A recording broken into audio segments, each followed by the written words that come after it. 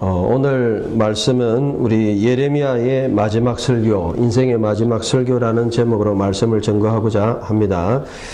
예레미야서는 다른 성경에 비해서 조금 이렇게 성경이 좀 이해하기 힘든 부분이 있습니다. 그것은 예레미야 1장부터 이렇게 차례대로 연도적으로 기록한 것이 아니고 이렇게 여러 가지가 섞여 있으니까 왔다 갔다 하니까 역사적으로 이해가 힘들죠.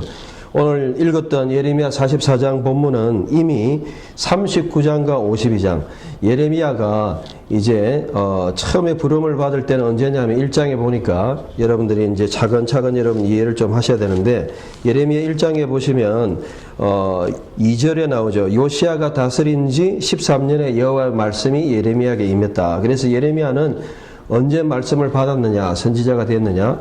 요시야 13년이에요. 요시야는 640년 주전에 다스렸고, 주전이니까 거꾸로죠. 627년에 말씀을 받았다는 것입니다.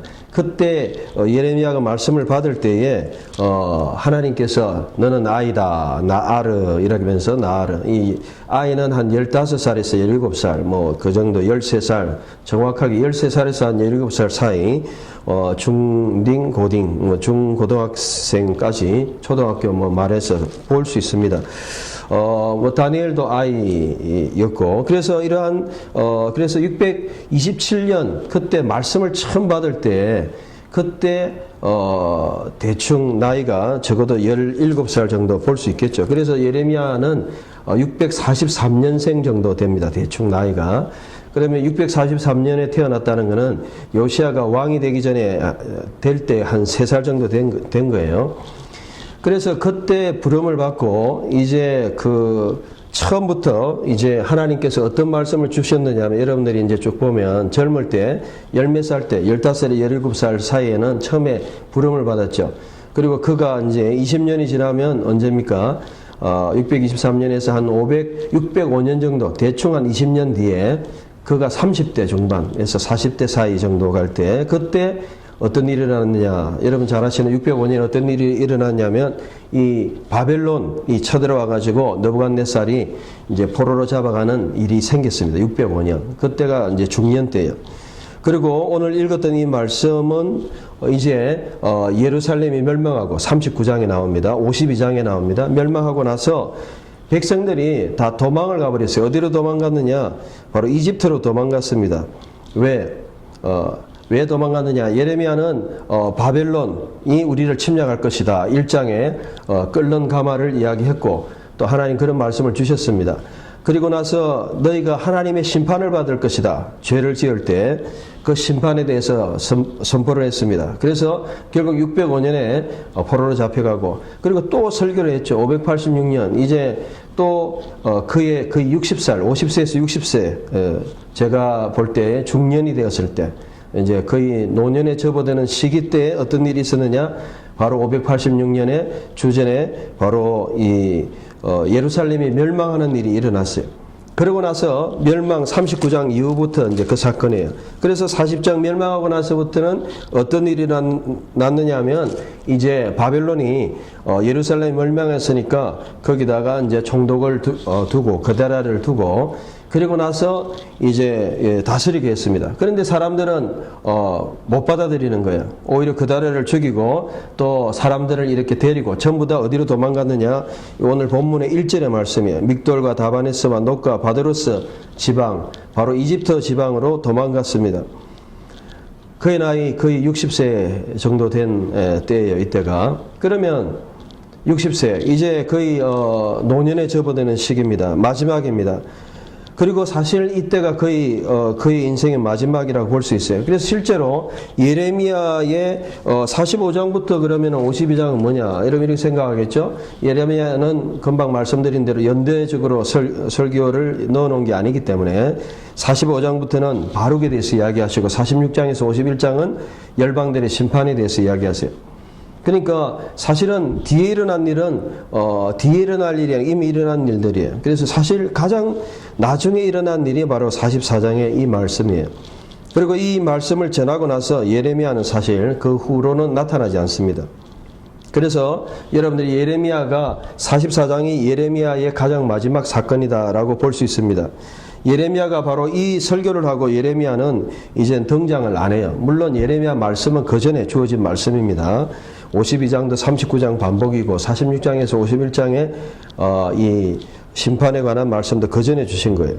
그리고 45장도 요시야 아들 여호야김 넷째 그 전에 일어난 일입니다. 그러니까 이런 것을 볼 때에 본문의 설명이 좀 긴데 이거는 그럴 수밖에 없는 게 본문이 좀 이해가 좀 어렵습니다. 저도 뭐 THM 때 이 본문을 예레미야 과목을 듣기는 했는데 예레미야는 이렇게 좀 역사적으로 이렇게 섞여 있어서 좀 이해가 힘들죠. 주제로 나와 있습니다. 오늘 이 말씀은 우리에게 무엇을 말씀하느냐? 바로 하나님께서 마지막에 예레미야가 죽을 때에 끝까지 뭘 했느냐는 모습을 보여줍니다. 목사님이라고 한다면 마지막 설교라고 볼 수 있어요. 여러분 어떻게 마지막을 맞이하기를 원합니까? 여러분의 인생을. 여러분의 지금 모습이 이제까지 살아왔던 모습입니다. 여러분의 마지막의 모습이 지금부터 살아가야 될 모습입니다.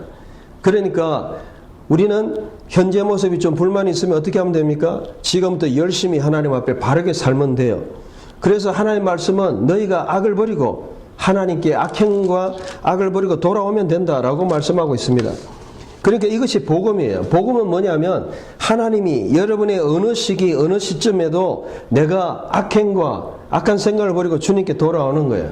회개하라 천국이 가까웠다. 바로 고침을 받는 것입니다. 바로 이것이 무엇이냐면 하나님은 우리의 심판자이신 하나님이기 때문입니다. 여러분 구약 성경을 보면요, 창세기부터 이 오경이 있고 역사서가 있고 시가서가 있고 선지서가 있는데 이 많은 내용들이 이사야 예레미야부터 해가지고 말라기까지 심판자 하나님을 말씀합니다. 어떤 사람들은 심판을 싫어해요. 심판을 듣기 싫어해요. 예수님이 예수 믿고 구원받았는데 무슨 심판이냐? 여러분 요한계시록도 마지막 심판을 이야기하고 있어요. 하나님의 모습 속에서 우리가 잊지 말아야 될 모습이 하나님 창세기 창조주 하나님, 그리고 우리의 죄를 구속하신 예수 그리스도 구원자 하나님, 그리고 마지막에 우리를 심판하실 심판자 하나님. 여러분 다른 건 다 잊어도 이 세 가지는 잊으면 안 돼요. 우리를 만드시고 그 하나님이 우리를 구원해 주시고 그리고 그 하나님이 여러분을 마지막에 심판하실 것이다. 이 생각을 가지고 날마다 살아가야 됩니다.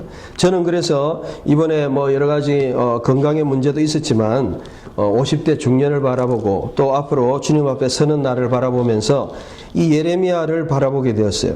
예레미야는 마지막에 죽을 때까지 어떻게 했느냐? 죽을 때까지 설교하고 죽을 때까지 하나님 앞에 바르게 하나님 말씀을 전하다가 이렇게 살아갔다는 것입니다. 물론 여기에 대해서 주석을 보면요, 44장 이후에는 예레미야가 안 나타납니다.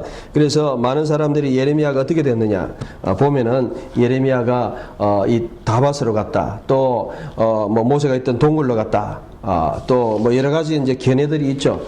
그리고 저 다른 나라로 갔다, 또 마지막에 돌에 맞아 죽었다, 한 네 가지 견해가 있습니다. 여러분 우리가 예레미야가 어떻게 됐느냐 정확하게 알지는 못합니다. 다 설입니다. 설. 다밧에서 죽었다. 모세의 산의 동굴에서 문을 닫고 있었다. 마카비 2장 2권 2장 4절에서 8절에 나오고, 바룩은 아일랜드로 갔다. 바룩하고 같이 그리고 돌에 맞아 죽었을 것이다. 예레미야를 히브리서를 통해서 볼 때 저는 개인적으로 예레미야가 이 설교를 하고 돌에 맞아 죽었을 것이다 그렇게 생각을 합니다. 여러분 마지막의 모습이 맞아 죽을지라도 끝까지 백성들이 너무너무 예레미야를 싫어했어요. 왕도 싫어하고, 왜? 나라가 망한다니까, 너희는 잡혀간다니까, 바빌론에 항복하라니까, 싫어하는 이야기만 하니까 좋아할 사람 아무도 없죠. 오늘 우리 설교자들은 성도들이 좋아하는 말씀, 사람들에게 귀에 좋은 말씀을 전하는 것이 중요한 게 아니고, 물론 복음의 소식은 좋은 소식인데 그러나 중요한 건 회개하라는 것이 반드시 들어가야 돼요. 심판자 하나님. 그래서 예레미야는 항상 너희가, 오늘 본문에도 보면 너희가 겸손하다 이랬는데 낮추지 않았다는 거예요. 하나님 앞에 낮추지 않고, 하나님 두려워하지 않고 하나님 말씀을 지키지 않았다 이렇게 이야기하는데 누가 좋아하겠습니까?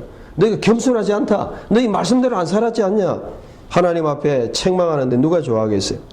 그래서 이 사람들은 하나님의 그 심판을 받아들일 수가 없었어요. 바벨론이 정복하니까 다 도망가 버렸어요. 이집트로. 그래서 이집트까지 쫓아가가지고 여기 본문에 보면 믹돌, 다바네스, 노, 바드로스 모든 이집트 쪽으로 도망간 사람들한테 다 찾아가가지고 너희가 어떻게 되느냐. 야, 너희가 12절에 우리 안 읽었지만 이집트에 머물면 안 된다. 이집트에 머물면 너희가 기근과 칼과 죽는다. 저주로 죽는다. 돌아가라. 하나님께 돌아가라. 그렇게 말씀하는, 정말 징글맞죠. 이집트까지 도망갔는데 이집트까지 따라와가지고 돌아가라.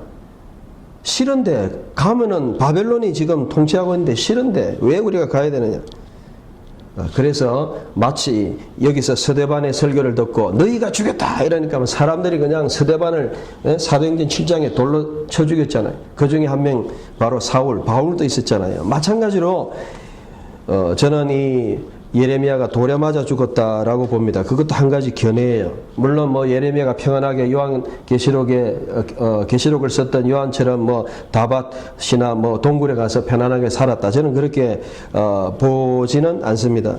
여러분, 어떻게 죽느냐? 마지막에 어떻게 되느냐?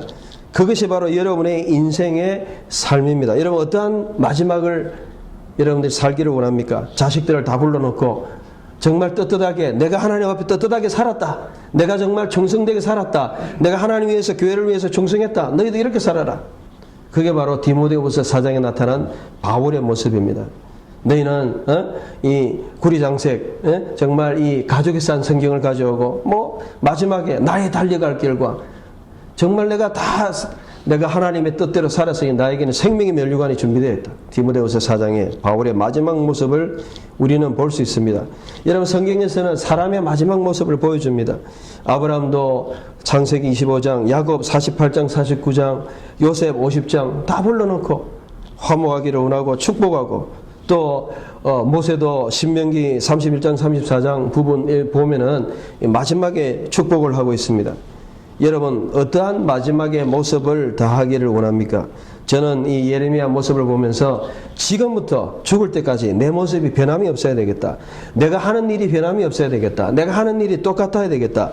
내가 하나님께 받았던 이 예레미야를 보십시오. 15세, 17세부터 받아가지고 1장에서 하나님께 말씀을 받아가지고 나는 말씀을 지키는 하나님이다. 북쪽에 끓는 가마가 있다. 나는 뿌리 뽑고 파괴하고 파멸하고 정말 너희가 모든 것 다 부수고 그 다음에 건설하고 심는다. 1장 10절의 말씀을 통해서 이제 주셨던 그 하나님, 심판을 통해서 회복하시는 하나님을 알았고 그 말씀을 죽을 때까지 전했다는 것입니다. 백성들에게 605년에 그 심판이 오기 전에 부지런히 그 말씀을 전했습니다. 백성들은 듣지 않았습니다.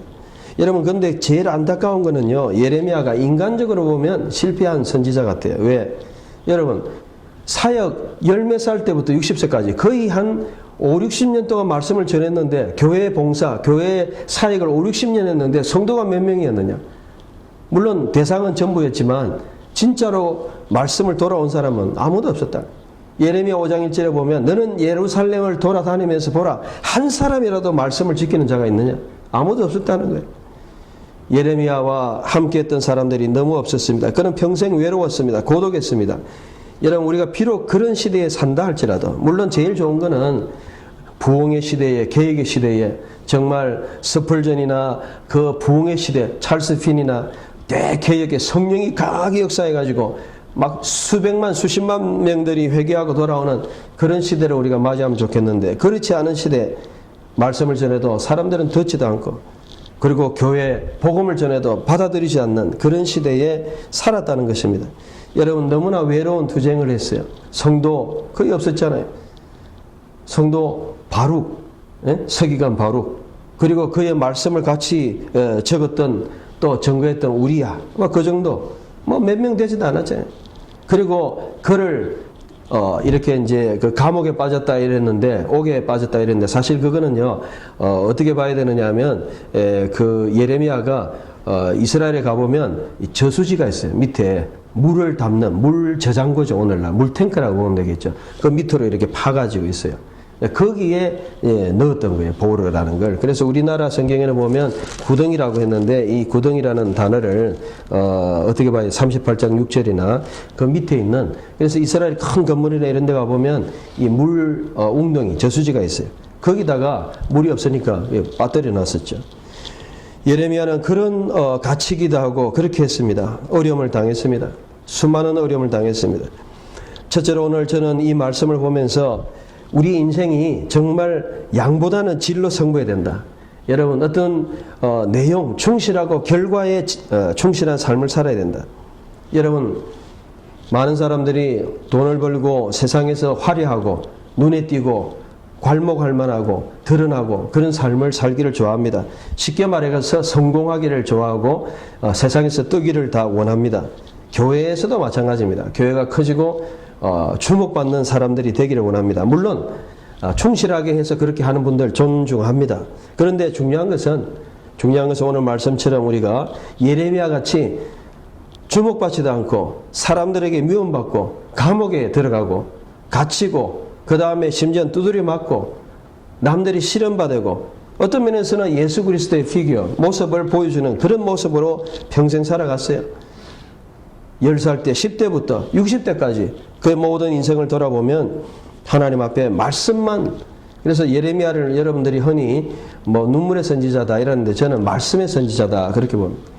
에스겔은 성령의 선지자다. 말씀의 선지자. 처음부터 끝까지 말씀이에요. 어릴 때부터 말씀 지키는 하나님을 만났어요. 야 예레미야야 1장에 보면 뭐라 그럽니까? 예레미야 1장에 보면 나오잖아요. 1장 11절에 예레미야 뭘 보느냐? 제가 샤카드 보는데요. 샤카드란 말이 살구나무란 말이에요. 우리나라 말로는 이게 어감이 안 와요. 살구나무 봅니다 이러는데 하나님이 쇼케드 아니 쇼케드 이래요. 샤카드 쇼케드 자음은 똑같아요. 모음만 다르지. 샤카드 봅니다 하니까 쇼케드 살구나무 봅니다. 그래 나는 말씀을 지켜보는 하나님이다. 지키는 하나님이다. 하나님은 예레미야는 살구나무를 봤지만 예레미야에게 하나님은 나는 말씀을 지키는 하나님이다. 북쪽을 봐라. 지금 가마가 지금 쏟아지려 한다. 이 대한민국이요. 저는 분명하게 믿습니다. 전 지구상에 남은 유일한 분단국가 아닙니까? 전쟁이 지금 남아있는. 북쪽이 아직까지 그냥 ICBM부터 쏘고 핵까지 지금 이어가는 이러한 위기에 있지 않습니까? 그런데 거기에서 우리가 오늘 예레미야 말씀처럼 한국교회가 내 자신이 정말 회개하고 돌이키면 이 한국을 하나님이 회복하게 하실 것이지만 이 한국교회가 타락하고 우리가 하나님의 말씀을 떠난다면 우리는 예레미야가 경험했던 이 시대와 같이 망할 수 있다는 것을 우리는 알아야 됩니다. 회개하고 돌이켜야 됩니다. 하나님은 말씀을 지키는 하나님이고 끓는감한 심판을 주시는 하나님입니다. 우리는 그래서 성경을 볼 때에 심판자 하나님을 알아야 돼요. 이사야부터 말라기까지 심판자 하나님. 성경의 큰 주제가 심판자 하나님입니다. 우리가 늘 하나님의 심판 앞에 서야 돼요. 매일매일 하나님은 나를 구원하신 하나님이지만 심판하신 하나님. 그래서 우리가 우리가 성환이 그냥 성숙이니 그 다음에 증인이 그러한 교리로서 우리가 말장난할 것이 아니고 진짜 하나님의 심판 앞에서 살아가야 된다는 것입니다. 날마다 나를 보시고 지금 내 모습을 보시는 하나님 앞에 두렵고 떨림으로 살아가야 됩니다. 하나님은 쇼케드 지켜보시는 하나님입니다. 여러분의 모든 행동을 지켜보시고 여러분의 생각을 지켜보시고 여러분의 마음 씀씀이를 지켜보시고 우리의 모든 중심을 지켜보시고 그런 하나님이십니다. 우리는 그런 하나님을 믿고 있는 것입니다. 사람들 앞에 눈 가리고 아웅하는 그런 신앙생활을 해서는 안 되는 것입니다.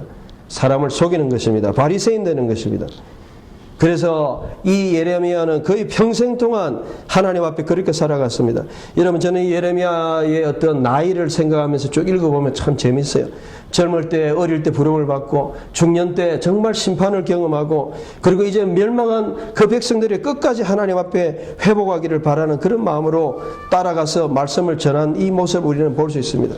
여러분 이것이 제 모습이 되기를 너무너무 소원합니다. 끝까지 내가 죽을 때 어떻게 죽어야 되겠느냐.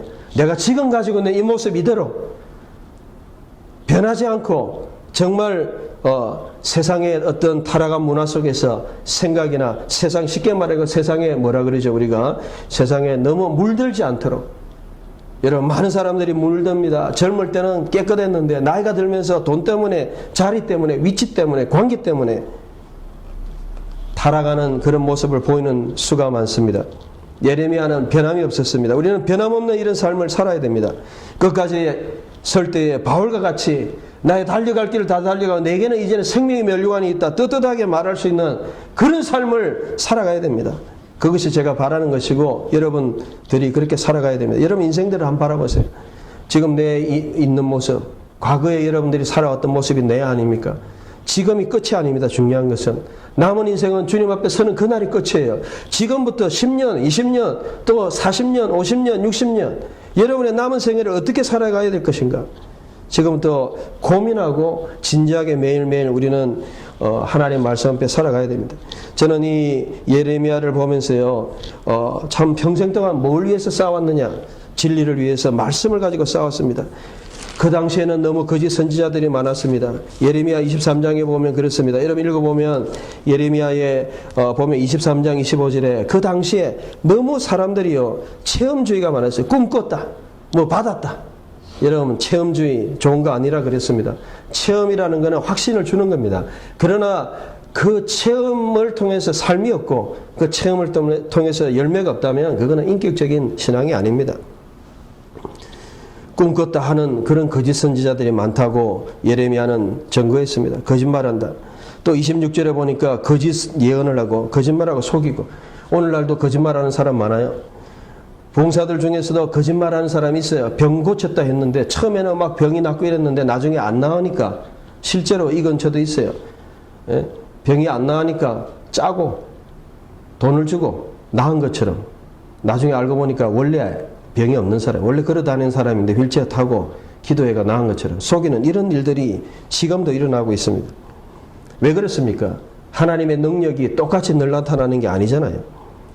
23장 30절에 보면 내 말을 도둑질하는 자, 오늘 이 시대가 거짓으로 가득 차 있습니다. 내 말을 도둑질한다는 것은 자기 것이 없다는 겁니다. 자기 것이 없으니까 남의 거 뺏겨야 됩니다. 한국의 이 한국 문화가 대단한데 신학이 아직도 문제는 뭐냐면 표절하고 뺏기는 것이 자기 것이 없고 묵상을 안 하고 원문에서 제대로 이해를 못하고 그러니까 영어나 맨날 번역해가지고 자기 것처럼 하는, 그래서 남의 것을 자기 것으로 하는, 이거는 표절뿐만 아니고 도둑질하는 겁니다. 자기 게 있어야 돼요. 우리가 설교를 할 때도 하나님께 기도하면서 나에게 주시는 말씀이 있어야 돼요. 예레미야는 말씀이 있었어요. 여호와의 말씀이다. 네옴 아도나이, 코 아마르 아도나이, 세바오트, 만군의 여호와께서 이같이 이르신다. 하나님의 말씀이 이렇다. 분명하게 증거했던 것입니다. 저도 마찬가지예요. 하나님의 말씀이 기도하고 나에게 어떤 말씀을 주시느냐 그것까지 전해야 돼요. 누가 뭐 이야기한 거 가지고 이야기한 그거는 표절이고 도둑질이고 자기 거 없는 겁니다. 자신의 것이 있어야 됩니다. 바로 그 시대는 그랬습니다. 거짓 선지자들이 판치고 있었어요. 23장에 하나님의 말씀은 방망이 같고 불 같고 다 때리고 부수는 하나님의 심판자 하나님인데 하나님의 말씀에 거짓말을 자꾸 하는 거예요. 여러분 20장에 바스울이라는 제사장이 있어요. 예레미야에게 고랑을 세우고 박해하고 죽이려 하고 그렇게 했습니다. 또 거짓 선지자 하나냐가 있어요. 28장에 2년 안에 돌아온다. 예레미야는 25장 11절하고 29장 10절에 보면 70년에 하나님이 포로로 잡혀가면 70년 걸린다. 605년에 잡혀갔던 사람들이 536년에 돌아오는, 거의 70년 만에 돌아오는 그런 역사들이 있었고 586년에 무너졌던 그 성전이 516년에 정말 70년 만에 회복되는 역사가 있었어요. 그런데 그런 것을 거짓말하면서 2년 만에 돌아온다. 거짓말했습니다. 하나냐. 그리고 또 29장 31절에 보면 스마냐, 제사장 스바냐가 스마야 선지자를 거짓 예언으로 사람을 인도했죠. 29장 21절에 보면 아합과 시드기야. 그러니까 거짓말하는 사람들이 많았어요.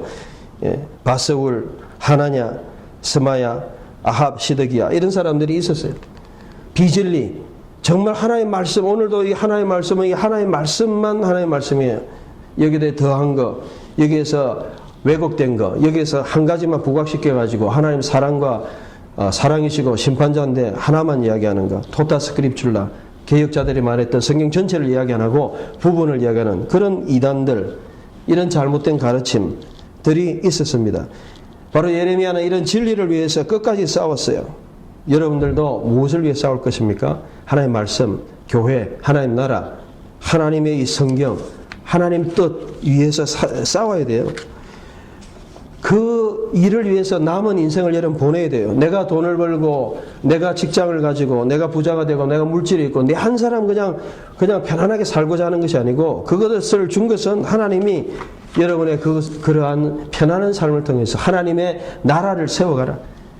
그 일을 위해서 여러분 주셨다는 걸 여러분 믿으시기 바랍니다. 여러분 예레미야는 거짓 선지자, 거짓과 싸웠습니다. 또한 권력자들과 싸웠어요. 여호야김 왕하고 싸웠어요. 대통령하고 싸웠어요. 왜? 그 권력을 이용해서 하나님의 말씀을 핍박하니까. 여호야김은 바벨론의 포로가 된다니까 어디 거짓말하느냐 막 잡아놓고 예레미야를 괴롭혔습니다. 바룩이 기록했던 이 말씀을 읽을 때, 쭉 이렇게 읽을 때, 읽을 때마다 쭉쭉 뭐 두세 패러그래프 읽으면 그냥 쭉쭉 찢어가지고 불에 태웠어요. 그래서 예레미야는 바룩을 통해서 다시 또 기록하게 했어요. 성경을 태우는 초유의 사건. 하나님의 말씀을 너무너무 싫어하니까 그냥 하나님의 말씀도 태워버리는 그런 교만한 왕. 그 왕은 어떻게 됐습니까? 결국 하나님 앞에 심판을 받게 되는 거죠. 죽게 되는 것입니다. 왕들에 대해서. 여러분, 오늘 우리는 이러한 삶을 살아야 됩니다. 권력이나 힘이나 그런데 너무 굴종할 필요가 없습니다. 권력에 따라서는 안 됩니다. 여러분, 우리는 권력에 올라간다고 좋은 것도 아니잖아요. 우리가 앞 정권을 보면 알잖아요. 장관까지 갔다 감옥에 있는 사람도 있잖아요. 왜 그렇습니까? 그 권력에 시종이 되어서 그래요. 잘못된 것을 옳지 않은 것을 옳다 해서 그렇습니다. 동일합니다. 오늘 시대도 그렇습니다. 내가 자리에 오른다고 좋은 게 아닙니다. 자리에 올라서 나쁜 사람들과 함께하면 바로 나쁜 짓 하는 것입니다. 오히려 권력이 안 오르는 게 좋아요. 여러분 장자 같은 사람 제가 여러분 이야기했죠. 장자가 그 당시에 와서 좀 나라를 이렇게 통치하는데 도와달라. 장자가 이야기했어요. 그 사람은 예수 믿는 사람도 아니잖아요. 예? 타오이즘, 도교의 선봉인데 세상의 원리를 깨닫고 이게 권력이라는 게 다 부질없는 짓이구나. 그래서 그 권력을 준다 할 때도 뭐라 그랬습니까? 나는 그냥 연못에서 물고기처럼 왔다 갔다 하면서 물고기처럼 왔다 갔다 하다가 인생 보내겠다. 물론 이기적일 수도 있고 자기중심적일 수도 있지만 그 시대가 그렇게 그 권력이 부질없는 것이었고 또한 악한 것을 행하는 시대였다는 것입니다. 힘을 가지고 남을 죽이고 힘을 가지고 어떤 사람을 위해서 사용해야 되는 그러한 때였기 때문에 권력은 의미가 없었다는 것이죠. 여러분 예레미야 같이 이러한 삶을 우리는 바라보면서 어떻게 살아야 되느냐. 여러분 예레미야의 메시지가 뭐였습니까? 예레미야 메시지는 오늘 본문 44장을 잘 보시기 바랍니다. 마지막에 10절에 그들이 오늘까지 겸손하지 아니하고 오늘까지 낮추지 않았다는 거예요. 말씀 앞에 낮춰야 됩니다. 하나님의 말씀을 두려워해야 됩니다. 하나님의 말씀을 지켜야 됩니다. 그런데 그렇게 안 했다는 거예요. 예레미야가 평생 전했는데도요. 그 사람들은 오히려 수십 년 동안 그 말씀 앞에 교만하고 끝까지 대적했습니다. 그래서 예레미야 말씀에 보면요. 25장 3절에 보면 이건 중간 정도 되죠. 요시야 왕 13째 해부터 예레미야에게 23년 동안 오늘까지 이거는 이제 요시야 왕 13년이니까 거의 오늘까지 23년 더 하면 600년대 정도 주신 말씀이죠. 그러니까 중간 점검을 했어요. 23년이 지나도 계속 백성들이 하나님의 말씀을 안 지켰다는 여러분 그것이 문제예요. 오늘 말씀은 586년 585년 이제는 지나고 또 20년 그러니까 한 3, 40년 동안 계속 말씀을 전해도 아무도 그 말씀을 지키지 않았다는 것입니다. 변화가 없었다는 것입니다. 여러분 나는 어떻습니까? 여러분 정말 하나님을 두려워하십니까? 하나님 누구신지 아십니까? 하나님은 심판자 하나님이십니다. 하나님 말씀 주셨습니다. 언약으로 지난주에 인격적인 하나님이십니다. 말씀했어요. 말씀으로 분명히 우리에게 기록하셨어요. 말씀으로 우리에게 분명히 주셨어요. 그런데 그 말씀을 웃기게 생각하고 그냥 하나님 무시하고 내 할 대로 하고 우상 섬기고 하늘 여신 세상의 어떠한 것을 의지하고 그렇게 살아간다고 할 때 하나님이 그냥 두시겠다는 것입니다. 오늘 교회는 두려워해야 됩니다. 교회는 이 예레미야 시대와 동일합니다. 교회는 하나님의 백성들이었습니다. 그 말씀이 수십 년 동안 증거되고 저는 많이 목격했어요. 수십 년 동안 신앙생활을 하면서 하나도 변화 안 된 사람을 너무너무 많이 봤습니다. 물론 우리 자신들이 그럴 수도 있어요. 여러분 하나라도 변화되지 않겠습니까? 진실해야 되지 않겠습니까? 죄를 짓고 23장 10절에 14절에 이 백성이 간음한다 그랬어요. 23장 23절에 거짓이 팽배하다 그랬어요. 5장 1절에 보면 한 사람도 의인이 없다 그랬어요. 하나님 보실 때 한 사람도 어렵게 사는 사람이 없다 그랬어요. 물론 우리가 하나님 앞에 죄인입니다. 그럼에도 불구하고 적어도 우리가 하나님 앞에 내 자신을 회개하는 모습은 가져야 되겠다. 여러분 예레미야는 고독했습니다. 16장 1절에 3절에 보면 너는 아내도 가지지 말고 이 땅에서 결혼도 하지 마라 그랬어요. 예레미야는 외롭게 살았습니다. 말하자면 독신으로 살았어요. 저같이 결혼도 안 해왔어요. 뭐 결혼 안 한 사람 없잖아요. 근데 결혼할 사람만 있는 거죠. 그런데 결혼도 못 해보고 평생 동안 독신으로 하나님의 말씀을 전거하다가 결국은 말씀대로 살다가 말씀만을 전하다가 사람들에게 맞아 죽는 또는 완전히 그냥 버림받는 일을 당했던 그런 삶입니다. 이것이 바로 우리가 나가야 될 삶입니다. 물론 하나님의 말씀대로 산다고 해가지고 반드시 고난만 있는 건 아닙니다. 좋은 일도 있을 수 있습니다. 많은 내가 기대치 않은 엄청난 보상과 세상에 대단한 그런 것이 있을 수도 있습니다. 그러나 잊지 말아야 될 것은 우리가 이 예레미야 같이 끝까지 하나님의 말씀을 전거하고 그 말씀대로 살아야 되는 것입니다.